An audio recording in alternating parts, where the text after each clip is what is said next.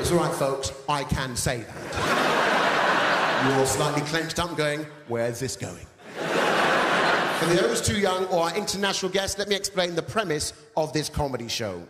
A white couple live here, a black couple move next door, hilarity ensues. All manner of comedy japes. I didn't know I was a nignog until my schoolmates told me I was. I just wish my dad had the balls all those years ago to go all round the neighbours going, ding dong, hello, we are the nignogs from next door.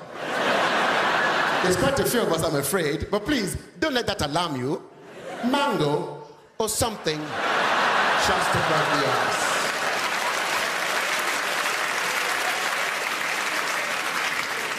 But that's what I want to do now. I want to connect with people, right? People I wouldn't normally have a connection with. You've got to find the funnies, folks. Find the funnies. A couple of years ago, I did a gig in the East End of London, a place called Bow. Do you know it? It's a bit like EastEnders, that documentary. Have you seen it?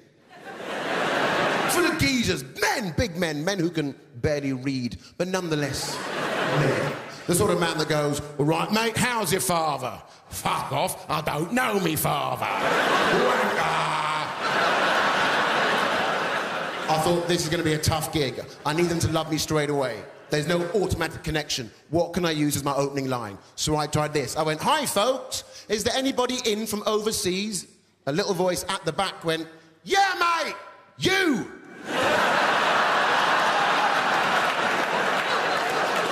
I didn't understand. At the end of the gig, the same young man comes right into my face and he goes, oi, mate, I never knew black people were funny. And I said, some of us ride bikes. Have been known to ski. Work with rudimentary tools. He didn't know what I meant. But I saw the funny side, and that's what it's all about, folks, seeing the funny side. And I went to Australia for 3 months this year. I love the Australian. Any Australians in? Yeah, coming over here, stealing our jobs.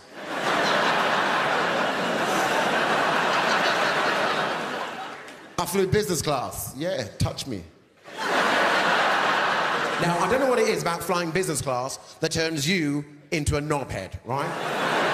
You're allowed on the plane first, given a seat that turns into a bed, right? And as the economy folk are getting on, I'm playing with a seat. Look, peasants, my feet touch nothing! And they give you a teeny tiny hot towel. A teeny tiny hot towel. Now, when you're in your own private homes, who here has ever used a teeny tiny hot towel? None of us. But suddenly, on business class, you're like... like it's the most natural thing in the world to apply a hot, burning towel to your face. But I thought I paid for this, so I stripped bollock naked.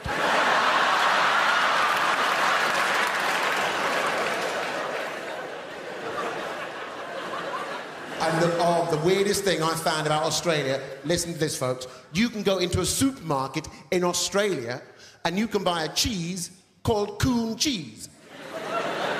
Did you hear what I said? Coon cheese.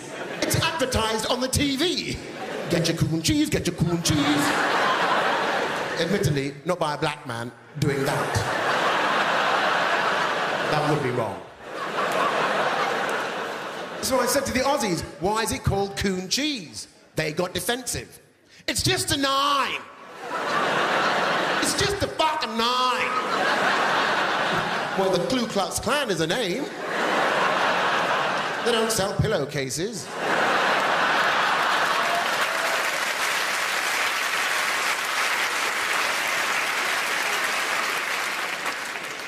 I've done gigs in America. The Americans don't quite get me, right? Because apparently in America, my face doesn't fit my voice. I don't get it. I went to New York, I went to Harlem, because I'd seen it on Kojak. Kojak? I had the walk down pat. I was giving it all that. I went into a bank. I went, excuse me, I'd like to exchange these traveller's checks. And the girl behind the desk went, say what? I'd like to exchange these traveller's checks. Hold on. Alopecia, get over here. Get over here. Now, say it again. I'd like to exchange these traveller's checks. Hooey! Are you from France? Didn't quite work for me. But I'm loving, isn't this great? I'm having such a great time. I absolutely love doing live stand-up comedy in front of all you good people, right? It's brilliant. However, my main goal is my own TV show. Because in reality, this isn't all that. But as we are all aware, the BBC has a diversity policy. And apparently, I've got to wait for Lenny Henry to die.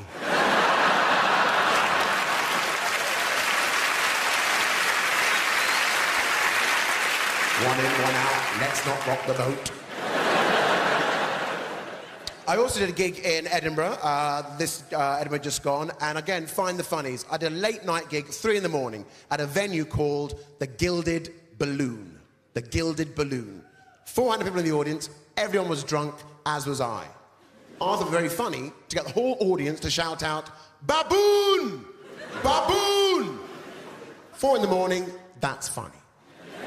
The next day, on the busy high street, this young man runs across the road over to me and he goes, "Baboon!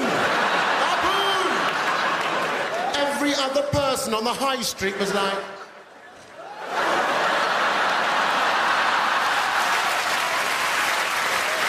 Thank you very much indeed. Good night.